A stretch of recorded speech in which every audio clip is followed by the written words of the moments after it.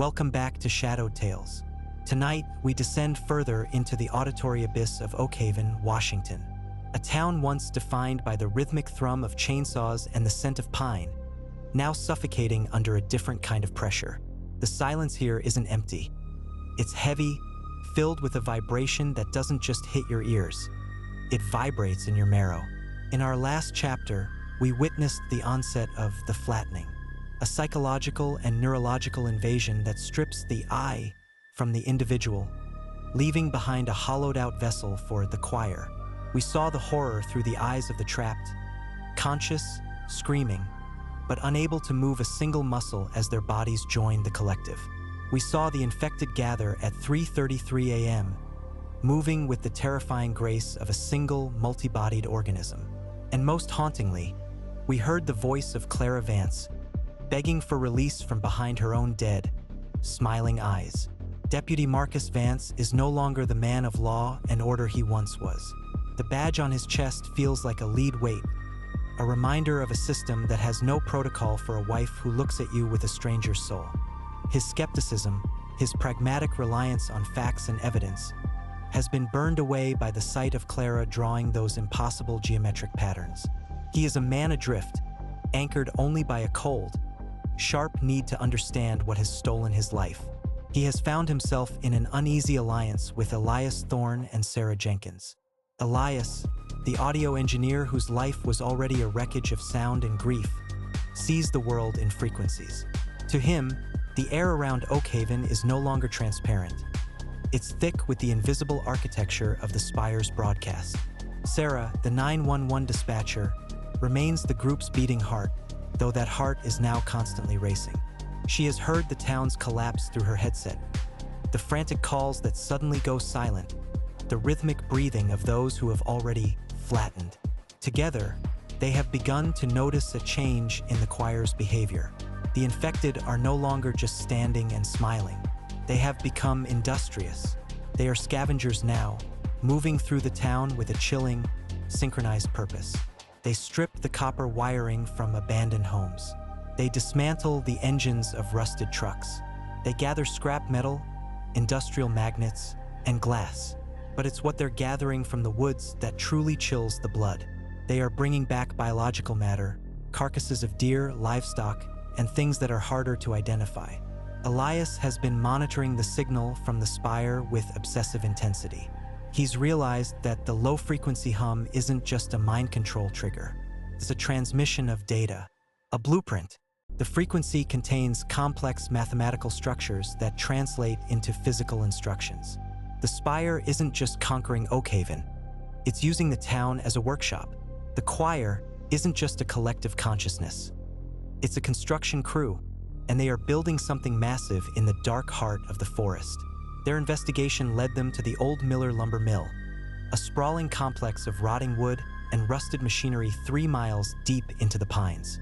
As they approached, the hum became a physical force, a thrumming that made their teeth ache. The air smelled of ozone, wet earth, and something sweet and sickly. The smell of decay mixed with sterile electricity. Inside the mill, the site was a visceral assault on the senses. This was the architect's workshop. The infected were there in dozens, working in total silence. There were no commands, no shouts, only the wet sounds of labor and the spark of improvised welding. They weren't just building a machine, they were becoming the machine. In one corner, a man, once a local mechanic, was kneeling over a pile of radio components. His chest was open, not by a surgeon's knife, but by his own hands, and he was threading copper wire through his own ribs, anchoring a heavy transformer directly to his sternum. He didn't flinch. He didn't bleed as a normal man would. The flattening seemed to have altered his very chemistry, turning his blood into a viscous, conductive sludge. Nearby, 2 women were working in tandem to fuse their forearms together around a central antenna array. Their skin was being melted and bonded with the metal, flesh, and circuitry, becoming a single, seamless entity. This was the factory, a grotesque fusion of the organic and the synthetic. They were building a secondary relay, a way to amplify the Spire's reach, and they were using their own bodies as the chassis. The horror was too much for Sarah. But Vance was driven by a dark curiosity. He needed to know if there was anything left of the people inside. They managed to isolate one of the workers, a young man who had been a star athlete at the local high school. They subdued him, his body surprisingly light and brittle, and brought him back to Elias's cabin. Elias had prepared a room. He had lined the walls with lead sheets and heavy acoustic foam, creating a dead zone where the Spire's signal couldn't penetrate. They placed the infected man inside and sealed the door. For the first few minutes, the man simply stood in the center of the room, his face fixed in that terrifying, vacant smile. But then, as the residual signal in his system began to fade, the change began. The smile didn't just fade, it collapsed. His facial muscles began to twitch and fire at random. His eyes, once dull and glassy, suddenly flooded with a frantic, agonizing intelligence. Then came the rejection. Without the frequency to hold the blueprint together, his body began to realize it had been violated. The copper wires embedded in his arms began to vibrate. His skin, which had been fused to the metal, started to tear away in jagged strips. He began to scream, a sound that wasn't part of the choir, a raw human sound of absolute, unmitigated suffering. Through the observation window, they watched as his body literally tried to turn itself inside out to purge the foreign components.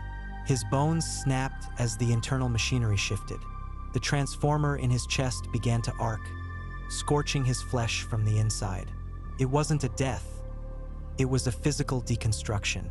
By the time the screaming stopped, there was nothing left on the floor but a heap of scrap metal and ruined tissue.